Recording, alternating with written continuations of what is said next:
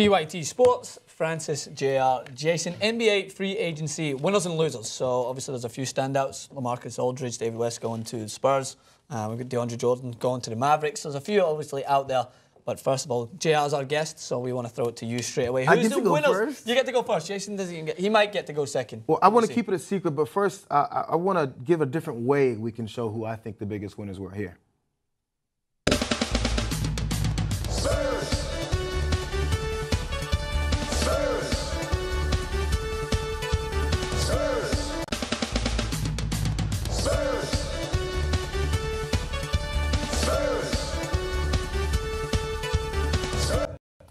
It's not Didier Drogba. But it looks like Didier Drogba. Some of the biggest winning part of that is that one of those guys in that particular video is no longer a Spur.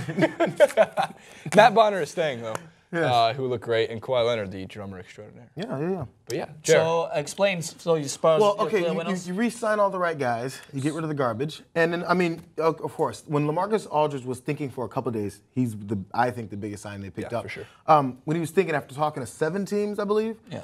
I was like, this guy'd be an idiot if he didn't go to the Spurs, right? Seriously. For his own sake. So he's a big winner on top of it. Of course, still have Tim Duncan, who's going to be 45 next year. That is and insane. It's not going to actually be. I know that, but he's up there. Don't get me wrong. I understand it was a little over the top. But then no one's afraid of this. Yeah. I mean, no one is. People are still afraid of what Duncan can do, and then you have a new twin towers. Just like when he came in, they're like, oh, you mean Robinson and Duncan? Now we have the old man version. It's amazing what they're doing. They get the defensive player of the year back from last season. So it's.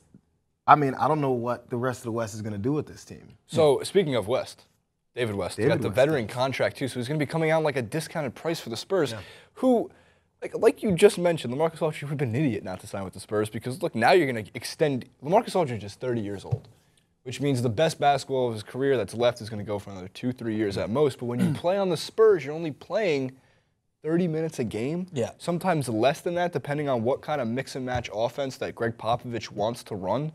And that's going to extend your career. I mean, Manu Ginobili's returning. Tim Duncan's returning. Tim Duncan's been a Spurs his whole career. I don't know if Tim Duncan gets to play as long as he did. He doesn't have to carry the same way he has. Yeah, the same way. Right, and it's a lot of pressure on you. But I do think the Danny Green signing for the money, which we're going to get into later, and how ridiculous some of these guys signed for. Danny Green signed for possibly one of the best contracts, at least from the business standpoint, of the teams. Not exactly for himself. He would have got a ton more money elsewhere. I know the Knicks were going to offer money. I know the Lakers were going to offer money. But Danny Green's also a smart guy and goes, I'm a system player. I'm a wing guy. As Ben Mankiewicz says, it's a made-up thing, a 3-and-D guy. He is the best transition defender in the NBA. So he went 4 years, 45, right? Yes, which is a great price. Yeah. He's a sharpshooter, and it plays so well into LaMarcus Aldridge's game. So you're talking, he's the best weak side passer from the 4. Yeah, I was going to ask you. Sometimes from the 5. How does he going to fit into this offense? So what works out so well, oh God, the weaks, again, the Spurs are deadly on the wings. They've always been good defensively on the wings, and they've always been sharpshooters on the wings. So Danny Green being a sharpshooter himself, and I mean sharpshooter in the way that he drains threes, and it's awesome. I got it. LaMarcus Aldridge, weak side passer. Danny Green likes to play on the weak side. It's going to work out. I can imagine LaMarcus Aldridge's assist numbers are just going to go up. Yeah. Because if they even try to leave him open. But Pop is going, I'm curious because there's been a lot. Grantland, Zach Lowe's Grantland.com has put together a little piece on like how he's going to fit into the offense. CBS Sports made a great piece on how he's going to fit into on the offense. I don't think anybody really knows exactly what's going to happen with it because there's too many mix and match scenarios. You can play Aldridge at the 4 and Duncan at the 5. You can play Aldridge at the 5 in the West because you look at a team like the Warriors who doesn't have a guy over, what, 6'2"? Actually, 6'11" is like when they have Bogut in, but Aldridge would out-athleticize, if that's even a word. Bogut, I definitely did. Kind of limps up the court at times, we've noticed. Right. Jay, we can discuss the Clippers because there's a lot of different things that go on with the Clippers, including DeAndre Jordan moving to the Mavs. I have my thoughts on that. I'm curious where you now see the Clippers going into next season and how they worked out for you. Again, I'm not sure the numbers that they had to try and put up to keep DeAndre around, but that was a big loss for them, obviously. I mean, the weakness is the hack of DeAndre rule that's going to change eventually. They're probably going to be talking about this offseason. Who knows? If not in the next 2 years, it's going to change. Yeah. But because it's changing the game too much. And as everyone's complaining about, they can't let it keep happening. Yeah. So the fact that I think that's an investment for the future. That, honestly, in my opinion, was the Defensive Player of the Year last season. But just because he didn't get the honor doesn't mean much as far as what his effect on that team was. But again, as we mentioned off air, they keep CP3 around, you know.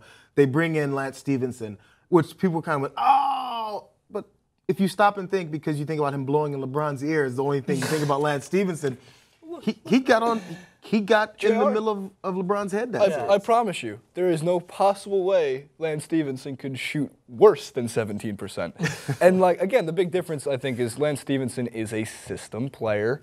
The Pacers ran a great system under Frank Vogel, and Charlotte Hornets did not. Yeah. Guess who is a good manager of egos? Guess who's a strong system X's and O's guy? I shouldn't say strong X's and O's guys on Doc, but at least when it comes to the egos, he's a master at it. He did it with the big three with the Celtics. Yes. Yeah. He was the one that did that. So what's next for the Clippers? Is that So the Clippers aren't winners or losers. They're somewhere in the middle. They're in the middle. One of the interesting things about DeAndre, though, that I wanted to point out was Chris Paul opened up so many opportunities for DeAndre Jordan. Yeah. And now he's going to the Mavs where they don't have a point guard. And this is going to hurt. Like getting rid of Devin Harris years ago was a bad problem. I mean, they could have kept him on their bench for a long time, and they should have. Because this is one of those issues that came in. He was a developing point guard that was getting better, and even at a veteran leadership standpoint, would have helped this DeAndre Jordan situation. JR, out of 534 shots made last year, how many do you think DeAndre Jordan scored from the post position? 534. Yes. Jesus. I can tell you, it's low. From the post position? Yes, the buckets, number that he did score buckets made from the post position. out of 534. I mean, Yeah. it shouldn't be a low number. That's where he scores. From the post, actually, like the post-up position, not just like the throw-down dunk. Oh, I mean, that's the thing. I said, how many dunks this guy threw down? It's close. 45? You're just guessing around. 18. I was in the 40s. I was way too high. So if they're going to try to post up DeAndre Jordan, unless he's going to learn touch this offseason, which he might, Yeah. hasn't shown it any time in the past 3 years, it could be a major issue. I don't think Dallas is the best fit, but they did win DeAndre Jordan, so they are somewhat according to DeAndre Jordan's $81 million, it was an excellent fit for his wallet. Yes. Yeah, exactly, and that's why I wanted to talk about in this situation to clear it up for me as well, because I still get my head around this free agency moving around. When you get a guy like DeAndre Jordan, who's part of the Clippers, and they put up an unbelievable run. Basically, they had a great matchup against the Spurs and managed to overcome them, and then losing to the Rockets is something that is a little hard for them to take. But they seem to be building something there that you would expect them to continue and build upon. And then they lose someone who, I asked where does he rank in their best players. We had a couple of people that said he's third best player. I think you agreed maybe he's second best I know player. a lot of people will say that Blake Griffin is the Clippers' second best player. Athletically, absolutely. Stat-wise, absolutely. I just don't. I thought DeAndre was just a better closer than Blake. And His I love effect the on the intensity. game. He Yeah, changed I like the intensity. everything. But the true answer is Blake is the second best player on that team. And they've built around Blake. I mean, Blake's a big reason that Chris Paul came to that team and Doc Rivers came to that team. And they've started to make them, like the Clippers, a relevant team in this country instead of being overshadowed by the Lakers. But interestingly enough, the last thing about DeAndre Jordan is part of the reason he left was because he was complaining about Chris Paul. Said about his tantrums. He was Did he not not say something that he had to make more free throws? Well, Did Chris Paul not? I think DeAndre's response to that was no. Which is pretty funny. As for a few other quick winners of the sense of winning, I think these are teams that really kind of like treaded above water, just made good signings. The Heat re-signing Dwayne Wade, getting paid. You deserve that, Dwayne Wade, because you took all the pay cuts. And Goran Dragic, who was a fantastic point guard. Jason Rubin, I can't remember the exact date, 2015. Dwayne Wade's not staying in the Heat. He's going to go to the Clippers. Fact. He should have gone to the Clippers. I would have loved that. Yeah. That's true. That's true. My word's against me, but he deserves his money. Stubby stays healthy. I mean, he's been through a lot. I love the Monte Ellis pickup by the Pacers. The Pacers need more scoring options behind Paul George. Paul George is, again, as I've said multiple times, if healthy, a top 10 player in the league. Definitely. The Pacers made a great run in 2013. I'm really excited to see Paul George back there, although it hurts my heart because I hate Pacers. As a Knicks fan, I like Paul George. I like Frank So as Vogel. a Knicks fan, let's speaking of the Knicks, let's go to the losers. So the biggest ones that happened. I mean, Knicks fans were complaining on draft day. We know the problems. And actually, it's the funny thing. This is maybe a little bit of a tangent, but there was Knicks fans that were saying, you know what, Phil Jackson has this connection to the Lakers still. His girlfriend is, Jeannie Buss. He still has some love for the Lakers. I think he just went to New York to screw us over further with all these horrible moves from draft day That would be hilarious. to signing. Joe, I am a bitter human being, and I've been through a lot of awful psychological moments in sports that have made me really sad throughout my life. Okay? Sympathy, world's smallest violin. We could probably get some music playing. Okay. That is just the most ridiculous thing. I couldn't even make that up. That's how angry. That's just that. I'm just telling the story to illustrate how angry Knicks fans are. The Knicks did not get Greg Monroe.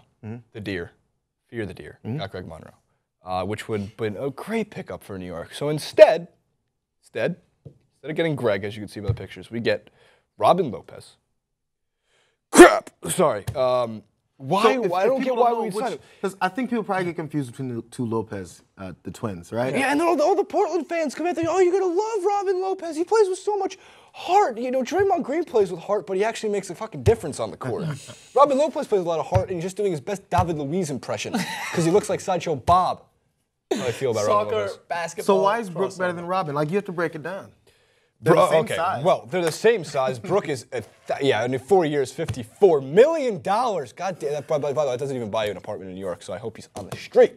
Brooke Lopez has always been the more athletic brother, and he's always had a much, much better inside game, and he's better defensively. I mean, just like, God, I get so upset about this. I don't hate the Kristaps Porzingis pick in the draft, but that's not free agent related. I don't hate the Aaron Aflalo trade, pickup, free agency. What I do hate is that the Knicks and the Lakers are deciding that we just need to bandage together a bunch of guys, right? Just a bunch of them. Get some ace bandage, some gauze, stop the bleeding. Because if we don't win 35 games next year, at least the Knicks can make the 8th seed for that, and the Lakers, tough shit. It's like, what, to sell tickets? Like, both these teams do their absolute best when they draft and build accordingly. Yeah. Here's the question for you, JR, okay? Putting you on the spot. I know, a lot today. I know. That's what you get for wearing not a T-shirt. But I mean, wait, I'm sorry. Ask the question, but what about the, I mean, how do you feel about Carmelo? Is everybody still in love? That's what I was going to ask you. I mean, when you've got such a focus point around your offense, build how do you around build this guy. around him? How do you build around him? Tell me, Jason. I want to know. Suddenly he's on the spot. Suddenly it was supposed to be me. Carmelo Anthony, unfortunately, has not gotten that much better since he came into the league. What he came into the league with is essentially what we still see today, which is sad because, and this is a crazy statement, and I know people are going to rip me apart for this one. When LeBron and Carmelo came into the league, they both had the equal opportunity to be two of the best, and so did Dwayne Wade. And Dwayne Wade really developed his game, and then unfortunately, legs caught up to him, time caught up to him. LeBron James is a physical anomaly to anything we've ever seen, and Carmelo Anthony just still has one of the best mid-range jump shots in the world. Right. And that's not debatable. He does. But to work in the triangle offense, which nobody seems to even understand, so I'll put up a graph, because I love the people who are just like, hey, there's no jump shooting in the triangle offense. How could you say that? Like, I mean, Steve Kerr was a jump shooter for the Bulls in 1998. No. So that's just not how it works. I want to know who says that. So it sounds like that as well. I'm just going to let this go because I love listening to Knicks fans. Very upset. Look at my own. Here's the spotlight about upsetness. But Carmelo Anthony, they had in 2013, they won 59 games. They looked really good. They had J.R. Smith as the sixth man of the year. And even before Carmelo Anthony, we had Amari Stoudemire. Carmelo Anthony just simply is a selfish basketball player. And I don't mean that as he's a selfish human.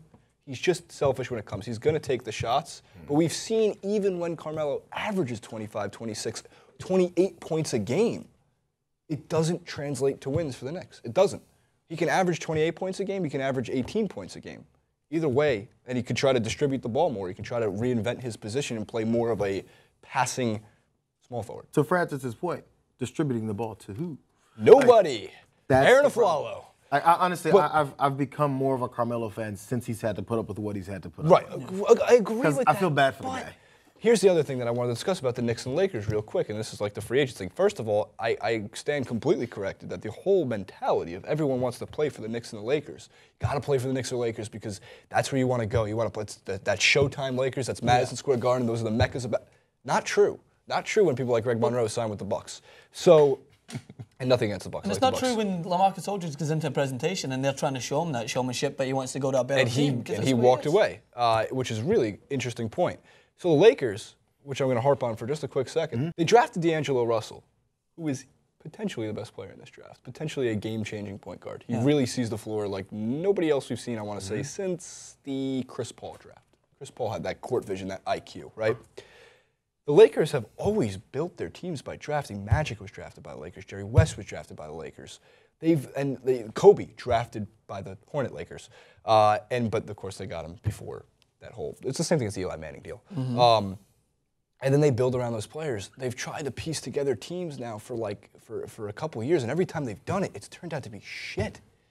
Roy Hibbert, although a nice guy, is not going to win you championships, especially if he shows up like the Roy Hibbert in the playoffs. Like, I don't understand why they feel the need to sell the tickets. Just fuck it. We don't have to fill the stadium. I'll still watch you. Is that your main losers? sad The bandages now. from the Lakers? No, I don't think the Lakers are super losers because the Lakers did sign Lou Williams, and I like the Lou Williams signing. Okay. Although all these guys have signed for way, way too much money. Costa Koufos, 4 years, $33 million. Is that correct, Dan? $33 million for Costa Koufos. Who? Thank you. The King. Like, I don't know what the fuck the Kings are doing. Nobody really knows. But like some of these guys, not Brandon Knight, because I actually like Brandon Knight. I think he signed for too much money, but it's okay. Why am I blanking on I do like name? Brandon Knight too. Reggie Jackson, which you just had to remind me, played for the Thunder at one point in his career not that long ago. 4 years, $80 million for Reggie fucking Jackson. Are you ashamed that you share a last name with this man? You know, he's in the league, so at least if someone says, do you have any related athletes, pro athletes, like, yeah, that Jackson guy who gets paid a lot of money for doing the same thing everyone else does. 5 years, $80 million. Still $80 million, not 4 years. Yes. So I'm just totally out of energy. I'm out of breath. Yeah, so I don't know what else to say. I mean, you were on that Knicks rant there, which is pretty good. It took your points level that I was going to offer you at the end up a little bit because it's always fun to see you be so. Is it going to beat JR? Is that pessimism ever going to wear off? Do you think? What kind of signing would you need for that pessimism? It's really funny because what kind of signing? Here's a crazy Kevin Durant next year would be nice.